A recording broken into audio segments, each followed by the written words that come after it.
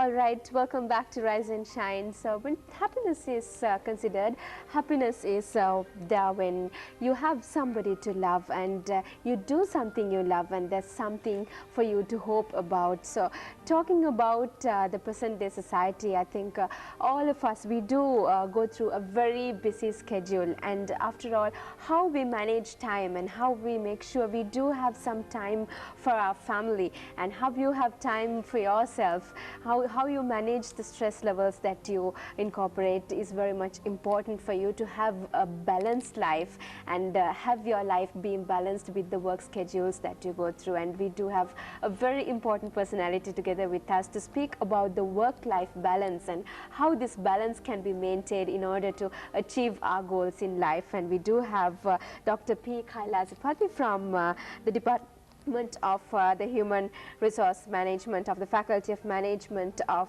Finance of the University of Colombo. A very good morning to you, Good Dr. morning, Pavithra. So talking about the work-life conflict, what is it actually? How can you really address this problem in the society? Okay, first let me tell you what work-family conflict is. Work-family conflict is something that an individual experiences due to having multiple roles in life. So it can be roles, so when we say work-family conflict, it's the role, because of the roles you play at work and the roles you have in family, like a father, mother, sister, daughter.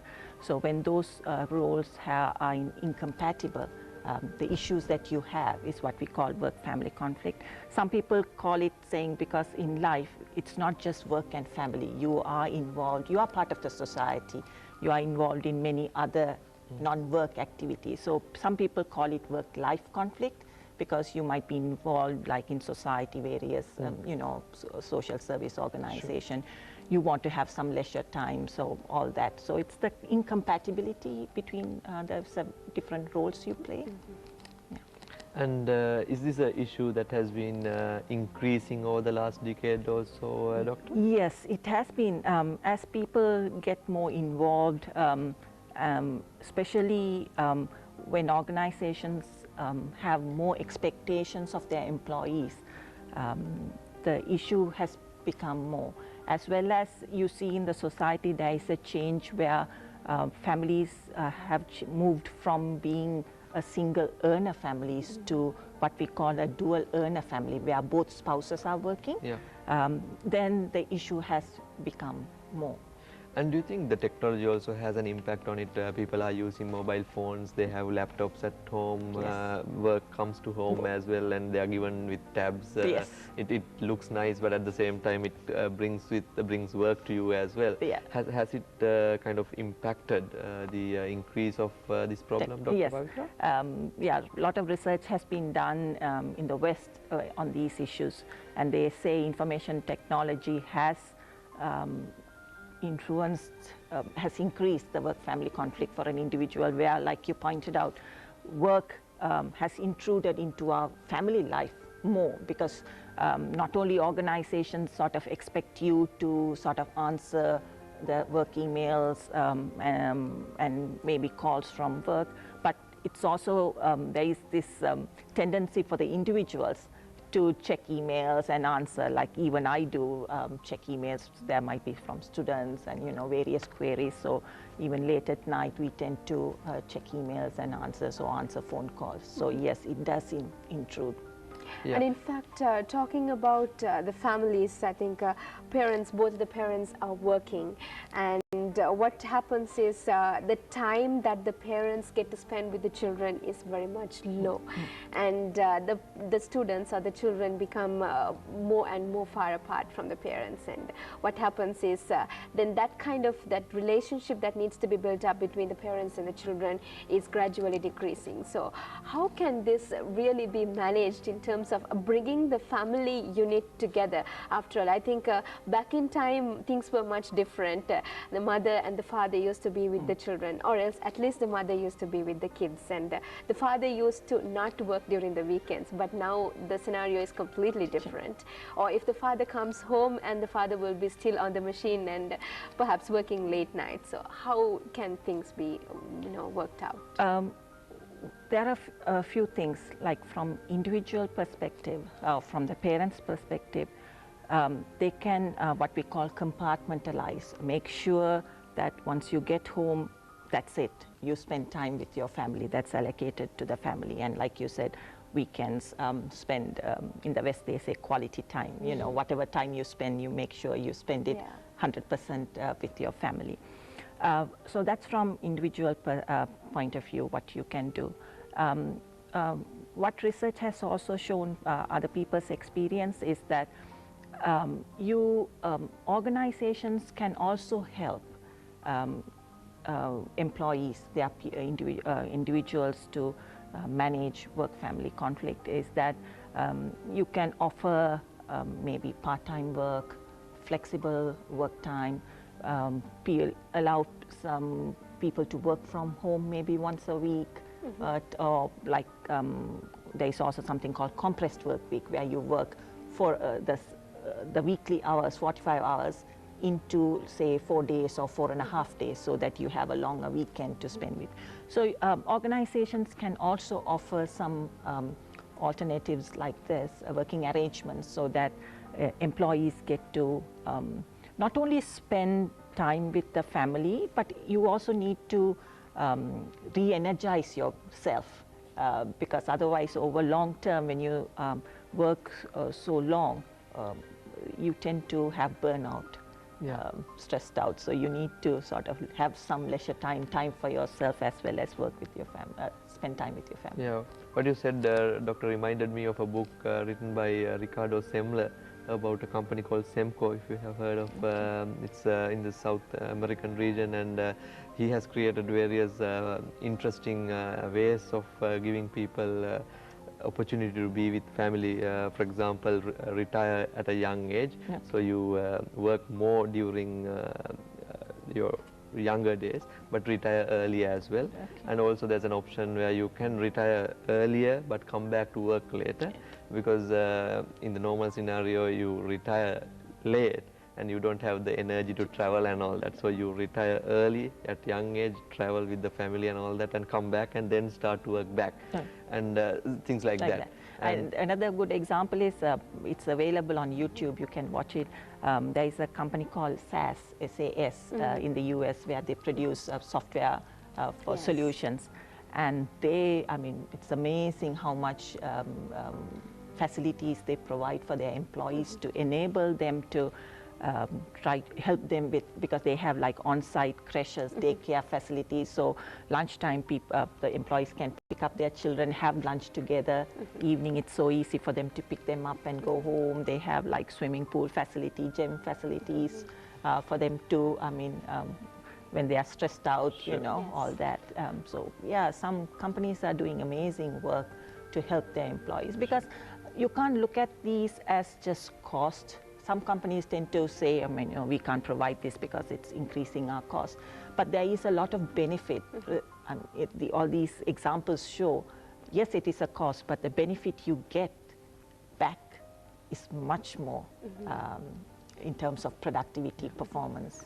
Right. I think productivity and performance is certainly increased and improved when we talk about this scenario where people are given the flexibility to work. Because after all, if you do love what you do, I think you can certainly gain the best out of it. Otherwise, if you are always complaining and if you are not in a position to balance your things with the personal life, I don't think you can really really gain that maximum productivity out of it. And we've really seen scenarios where mainly when you talk about the female population who have to face these terrible consequences of managing their family life and how they manage work, and perhaps there are situations where they really have to give up on the job just because of their kids. So how will you address this scenario, Dr. Pavithra? Because as a lady, no, this problem is being faced by a lot of women in the society, but how will you address that? Okay, first of all, before answering your question, one thing I would like to say, Buddhima, is that work-family conflict is not a women's issue. It's faced by both men and women. Even in my studies, it shows even in Sri Lanka, both men and women report work-family conflict. But having said that, yes, like you said, women tend to, in cultures like ours, women tend to face more work-family conflict or family-to-work conflict because of their expectation of being the carer for their children, right? So what they can do is, one of the most important things that I found out in my study is that you need to have a good support system. Culturally, we've been having this, we don't look at family as a nuclear family, just parents and children. We have the extended family system of parents, in-laws. So that type of support system helps. As well as, or even more importantly, a very supportive spouse, husband helps in sharing, looking after the children and household work. In addition, the government did start earlier the maternity leave was 81 working days, and they had this part-time and half pay and no pay for a longer time. Facilities like that, if not only for state employees, even for private sector, like in some of the other countries when they provide, that also helps at least during the formative early period of a baby, a child, for the mother to spend time with the baby is helpful. But afterwards, if you can have good creche facilities, daycare, like in Australia and some parts of US where they have like aftercare, after school care, where children don't need to come back at 1:30, 2 o'clock, but they spend time in school doing their homework, what they call after school care. So if those type of facilities are made available, especially for the mother, to balance work and family life would be helpful. And in some countries, in addition to maternity, there's paternity leave as well. Yes. Father gets leave very much, when a kid especially is born. Nordic countries, and That's now right. EU has also made it. Yeah, so it's not like token couple of days like in UK of paternity leave, but yeah, I think in Nordic countries, like I think together the mother and father can take about 2 years. Yeah, in Germany I think it's about 2 years in they can take together.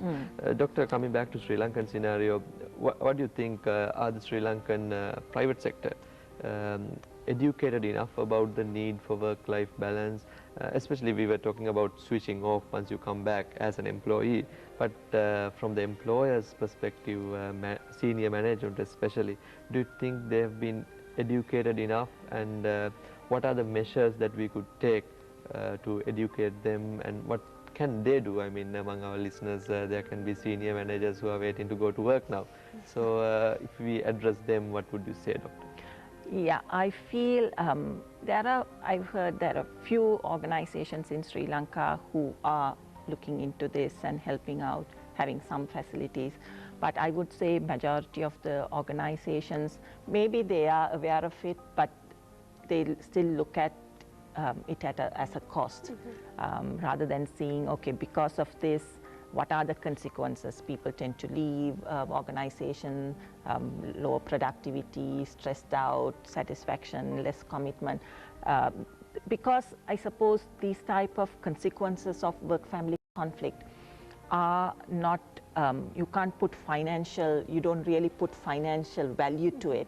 You don't really realize what the impact of it is to the organization, right? Yes. And you also tend to not see the sometimes the less satisfaction unless you do a survey.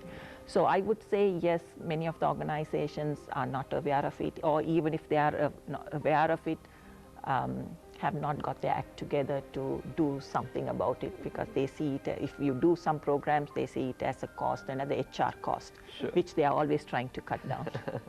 And in fact, Dr. Pavithra, so talking about the way the society is moving, I think most importantly what we can see is it's mostly like a rat race after all. I think the mother, the father and the children, everybody, it's a matter of competition. You try to be better than the other person, and then this is the kind of environment that is created between the children as well. So how will we see the future society, I mean, if this is going to continue this way, and how can we perhaps make a change to the way the society moves? I think it all depends on how we can address the family, the unit, and perhaps you will have an answer for this. Well, I suppose finally it comes down to the individual as well, what your values are, what your priorities are. So if we can get a sizable number of people who say, this is it, you know, we need time to spend time with our families and for ourselves. Work is fine, because it's a question of, are we living to work or working to live? Very true, right? doctor. Yeah. So depending on what your value is, if we think, yeah, it's not living to work, but we work to live because we have other stuff to do as well. And then they can put a pressure to the organizations to say, look, this is how it should be.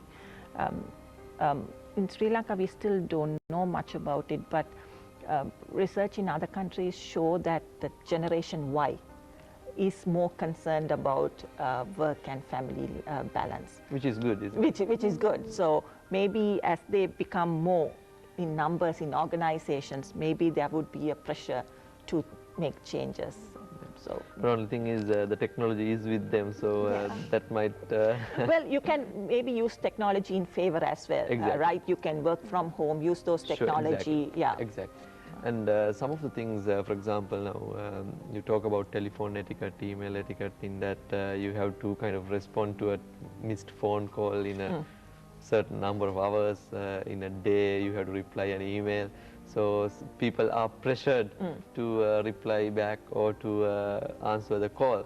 Whereas, so it has to be kind of more widespread in terms of understanding that a person shouldn't be calling someone else during the weekend or at night times, and then the other person doesn't have to call back. So it's a kind of an educational thing, isn't it, doctor, in terms of taking the message out to the masses?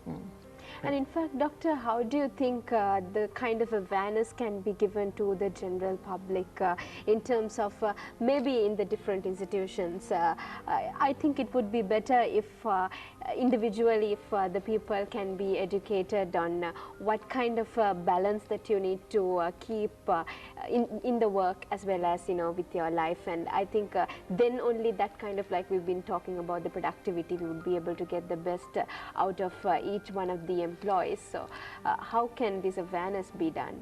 I suppose multiple ways, programs like this, discussing key issues through the media, even the newspapers, as well as in organizations. They do conduct so many workshops for, you know, stress management, you know, all these various things, customer orientation.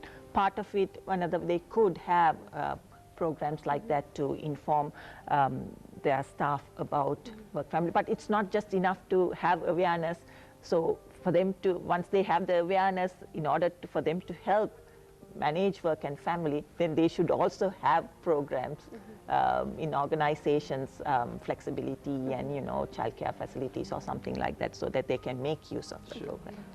Doctor, slightly a different question. There have been high divorce rates in Sri Lanka as well as around the world in the last couple of decades. And is there an impact from work-life balance towards that? Is there research kind of indicating that? There is. I'm not sure about the reasons in Sri Lanka, but I can assume One of them would be that as society changes and our values are also changing, that it has also become more acceptable to be divorced. Earlier, there would have been so many cases, like even we personally know, where they don't go into divorce because it's not acceptable by the society, but they live their separate life. But now it's more acceptable, so they are just, so that might be one of the reasons why the number increases. But I know in the US, one of the main reasons for separation, divorce, is work-family conflict. Okay. So in terms of that, how we can really make sure things are being balanced and make sure you balance your work and stay without bringing the work to the home and stay without taking the home things to work is what you really call the work-life balance, I think. Yeah, Doctor. yeah. Because we've seen there are instances where people bring the problems at home to work, and then they're not able to work at the workplace properly, and there are so many conflicts that happen at the workplace, and at the same time you bring the problems at the workplace to your home, and then you are not having time to spend with your family, but you're continuously thinking about that problem that you had in the office place. So this is something that needs to be really looked into. Although I talk about it, do research in this area, I myself am a victim of we bring so much work home, actually, which you cannot finish during office. So kind of in conclusion, Dr. shall we talk about what things people can do as organizations as well as maybe the government to fix this problem?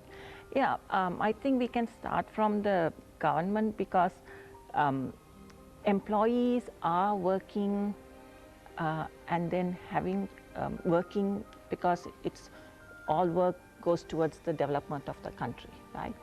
And having children, yes, it's a personal thing, but also the children are the future workforce of the country.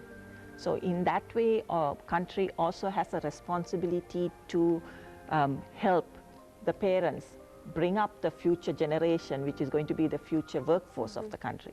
So in terms of like extended maternity, paternity leave, if we can have state subsidized good creche, daycare facilities, after school care, and also maybe then if they have such facilities, then they can enforce, ask the state as well as the private sector employers to follow, adhere and provide additional facilities.